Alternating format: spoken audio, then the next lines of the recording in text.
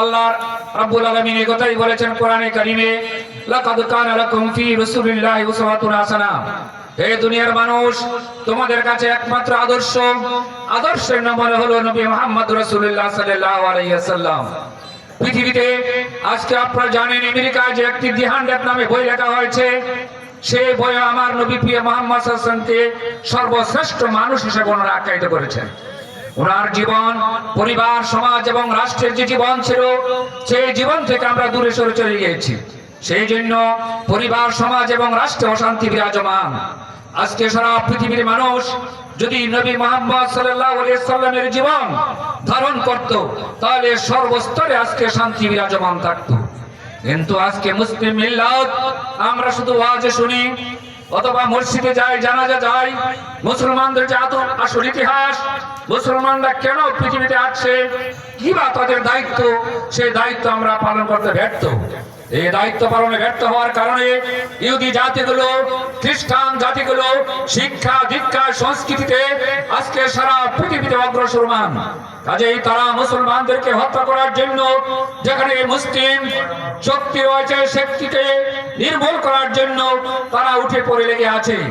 আজকের এই সম্মেলনে আমি আপনাদেরকে বলবো, আসুন আমরা মদিনার সেই ইসলামের দিকে ফিরে যাই, যে ইসলাম সেই আবু জেহেল, আবু লাহাব, উতবা, সাইবারা যে রাসূলকে হত্যা করতে চেয়েছিল, রাসূলের আদর্শকে নির্মূল করার চেষ্টা করেছিল, রাসূল করিম সাল্লাল্লাহু আলাইহি ওয়াসাল্লাম সাহাবায়ে কেরামকে নিয়ে ইসলাম শুধু মদিনায় নয়, গোটা পৃথিবীতে ইসলাম তিনি প্রচার করে গিয়েছেন সমস্ত অপশক্তির বিরুদ্ধে।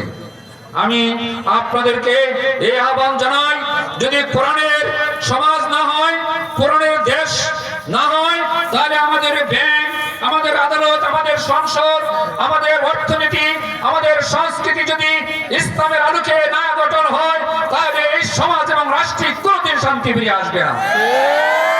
শান্তির একমাত্র গ্রন্থি হচ্ছে কোরআন। এই কোরআনের আদর্শে যারা লালিত, তাদের দ্বারা একটা ইসলামী সমাজ এবং ইসলামী রাষ্ট্র সম্ভব। আমি গোটা মানব জাতি কলমাকান্দার এবং দুর্গাপুরের আমাকে প্রার্থী করা হয়েছে জামাত ইসলামীর পক্ষ থেকে। দাঁড়িপাল্লা প্রতীক আমি প্রার্থী হয়ে আমি নিজেকে অসহায় মনে করি না, কারণ আমার এটা একার কোনো কাজ নয়।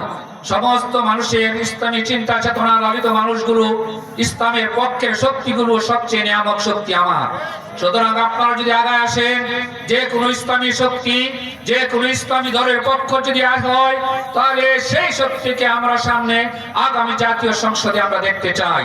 ইসলামী শক্তি ক্ষমতায় গেলে পরে 54 বছরে যারা দেশকে শাসন করেছে, সেই শাসন আমরা দেখতে দেখতে আমরা এখন বৃদ্ধ হয়ে যাচ্ছি, কিন্তু দেশের শান্তি দুর্নীতি মুক্ত হয় নাই। এই জন্য আমরা মনে করি যে দেশকে দুর্নীতি মুক্ত করতে হলে, দেশের মানুষ অনাচার অবিচার থেকে মুক্ত করতে হলে, দেশের মানুষকে শান্তি দিতে হলে একমাত্র কোরআন এবং হাদিসের আলোকে যে সমাজ এবং রাষ্ট্র প্রতিষ্ঠিত হবে, সেই সমাজ দ্বারাই সর্বস্তরে শান্তি বিরাজিত হবে ইনশাআল্লাহ।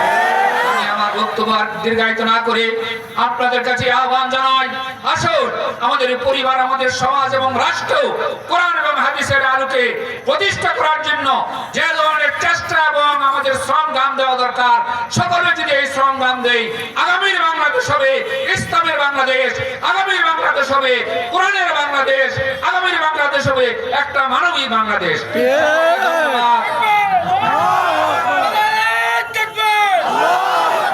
আসসালামু আলাইকুম ওয়া রাহমাতুল্লাহি ওয়া বারাকাতুহু।